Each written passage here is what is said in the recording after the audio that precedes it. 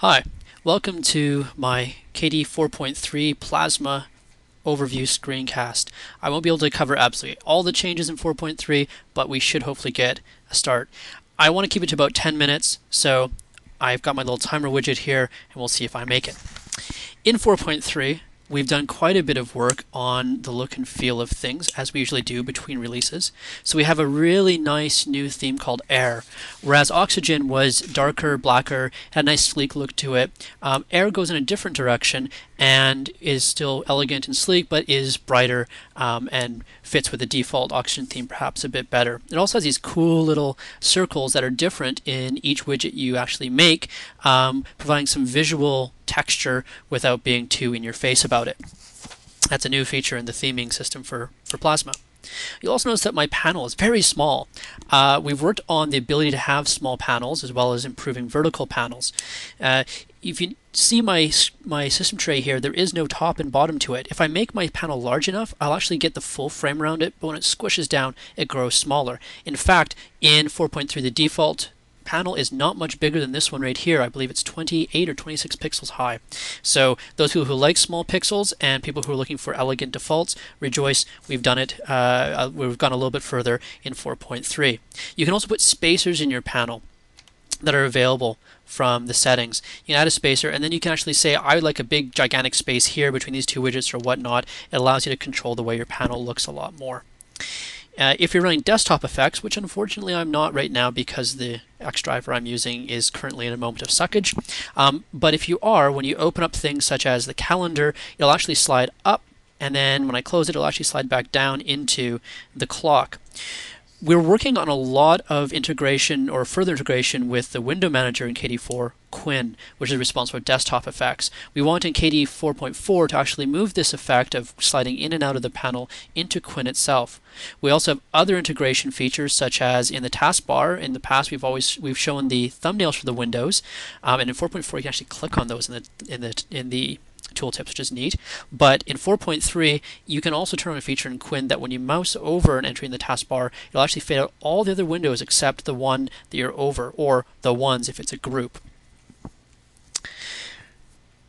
We've also done things in KWin. This is actually the KWin team that's done this in coordination with the Plasma team, and that is using theming elements from Plasma. So you'll notice that the Alt-Tab switch dialog, for instance, has a very Plasma look and feel to it. In fact, you'll see this as the same interface, this nice animated back or selection rectangle in a minute in KRunner as well. Now, we haven't just done bling. We've also paid a lot of attention to stability and performance. In the last 6 months, we've triaged and closed over 2,300 defect reports. That does not include wish list items, just defect reports. Obviously, that's not 2,300 individual fixes. There were duplicates and whatnot, but it shows we have paid a lot of attention to these things. In particular, there was 2 crashes, one in animations and one in the taskbar, that was hitting just insane numbers of people in the last couple of releases, and we've addressed both of those. So we really wanted 4.3 to be a great release, not just in impact, but also stability and performance, the trustability issue, if you will. We've also added a lot of features. I count 8 new widgets as well as 8 new, coincidentally, data engines. They're not actually paired up one-to-one, it just happened there was 8 each. Some of the more exciting ones are the Open Desktop widget that ties into Open Desktop, and this is the beginning of the user being able to see the social desktop parts of it. So you can log in and you can see who your friends are, and I won't show that so that they don't, but you can also see people who are nearby, and this uses the Geolocation engine. Obviously there's no one nearby right now logged into Open Desktop, which is a bit unfortunate, but if they were, they'd show up right there. The Geolocation engine uses either GPS or your IP address to determine where you are in the world. We're working on improving that engine to include even other sources and things such as being able to tell by the wireless router you're on. We're also working on integrating with more than just the Open Desktop widget, but other things such as your activities and whatnot. So this is just the beginning of geolocation. You'll find geolocation happening in a lot of other places in KDE as well, not just Plasma. We've also got things such as unit converter, which allows you to convert between any number of different kinds of things. It's kind of neat. You can also see this exact same feature in KRunner, which has received quite a bit of work as well in 4.3. So I'm going to type in that same thing, 1,200 square meters as acre. Oh, look at that. There it is. 0.296526. Great, now I know. This actually uses the same backend in both, so as one improves, so does the other. You'll also notice that if I type into KRunner, I get this really nice interface. Looks very much like the window switcher, doesn't it? And that's purposeful. It's also got a listing, the vertical listing, so you can see things better. You can configure options, which is nice. You can also find out what the heck KRunner can do. There's a nice little help button. When you click on it, it actually tells you what is possible. So I can go down and I can look for things. What's really neat as well is if I look for, say, the calculator, and I go, oh, I'd like to calculate something, I can select that item and it will start the query for me, and I can just start typing. So I can actually learn what KRunner is able to do for me. That's pretty neat. We've also worked a lot on the stability as well as speed of KRunner in 4.3. Okay, back to new widgets and cool stuff. One of the other cool widgets is Remember the Milk. It's a big effort.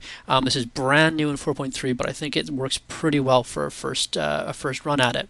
You'll notice that it also uses the becoming ubiquitous little tab switcher here, which is really neat. You can actually grab it and throw it, or you can just click around as well. But it actually uses a tab widget in the back end, just with some nice Plasma work on it. So you can see I've got my Plasma Screencast thing here. Remember the Milk is a task. Online task system. It's a web service as well. So this shows our tying into with web services. And really, I don't want to do it anytime. I want to do it today. Nope. There we are. Overdue. Yeah, that's probably correct, isn't it? It's not letting me do it on today. Okay, there we go. So I'm going to click on it. It's done. It should have had like a top priority. And I'm going to update that task. And it's done. If I actually logged onto the website, I'd see that as well there, just as with changes I make in the Open Desktop widget. So very cool stuff. We've worked on the notification system as well. So I'm going to open up Dolphin here. I'm going to paste in the cute 4 dance. Oops, it didn't show it. Let me just grab, let me see. Grab my logs here, copy, paste, logs 2. And it should show me, oops. Don't think actually copy, paste. There we go.